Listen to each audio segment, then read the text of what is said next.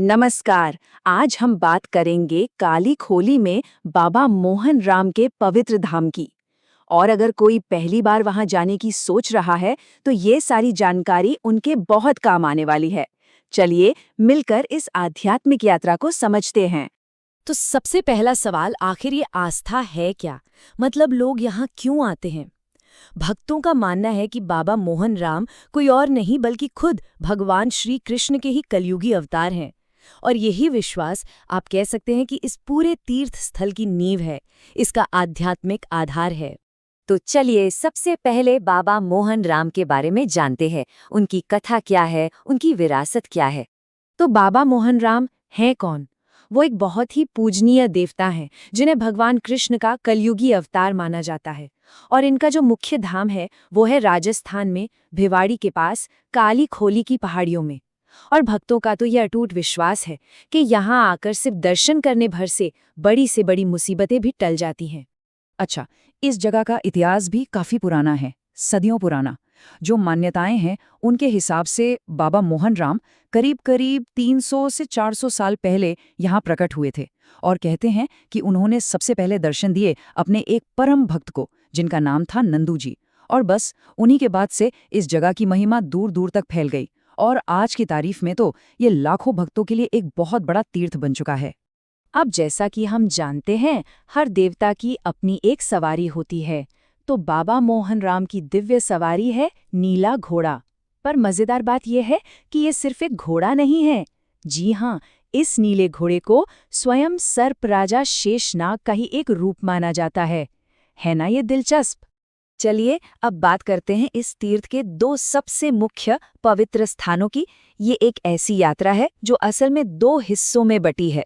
तो देखिए, ये दो जगहें कैसी हैं।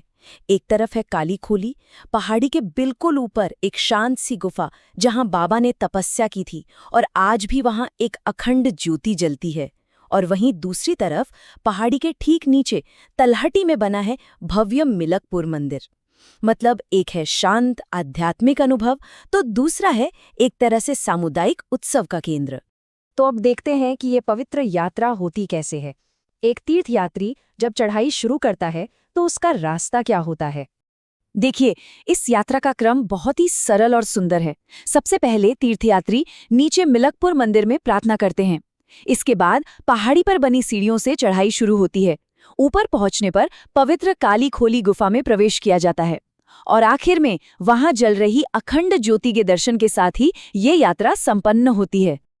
अच्छा, अब आगे बढ़ते हैं और यहाँ की कुछ मूल परंपराओं और आस्था से जुड़ी बातों को समझते हैं, यानी भक्ति के अनुष्ठान। जो लोग पहली बार जा रहे हैं उनके लिए ये 3 बातें जानना बहुत जरूरी है।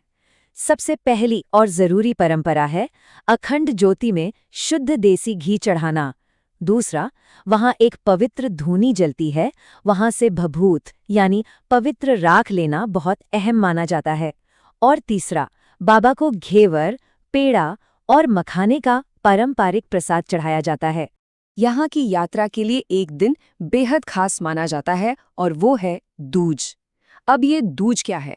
ये हर महीने चांद के शुक्ल पक्ष का दूसरा दिन होता है और इस दिन को यहाँ बाबा की दूज भी कहते हैं। कहना पड़ेगा कि इस दिन तो यहाँ सैकड़ों हजारों की तादाद में भक्त दर्शन के लिए उमड़ पड़ते हैं। और आखिर में कुछ प्रैक्टिकल बातें जो पहली बार जाने वालों को अपनी यात्रा प्लान करने में मदद करेंगी। यहाँ पहुँचना वैसे काफ़ी आसान है। अगर सड़क के रास्ते आना हो तो ये जगह दिल्ली जयपुर हाईवे के पास ही है। गुड़गांव से इसकी दूरी करीब 45 से 50 किलोमीटर है। जो लोग ट्रेन से आना चाहते हैं उनके लिए सबसे करीबी स्टेशन रेवाड़ी या पटौदी रहेगा। और हवाई रास्ते की बात करें तो दिल्ली का IGI एयरपोर्ट सबसे पास पड़ता है। तो आखिर में एक सवाल मन में आता है कि वो जो लाखों लोग हर महीने यहाँ आते हैं, उनके लिए ये यात्रा सिर्फ एक यात्रा क्यों नहीं है? ये एक जीवन बदलने वाला अनुभव कैसे बन जाती है? शायद इसका जवाब उस अटूट विश्वास, उस गहरी भक्ति और उस दिव्य ऊर्जा में ही छिपा है जिसे इस पवित्र भूमि पर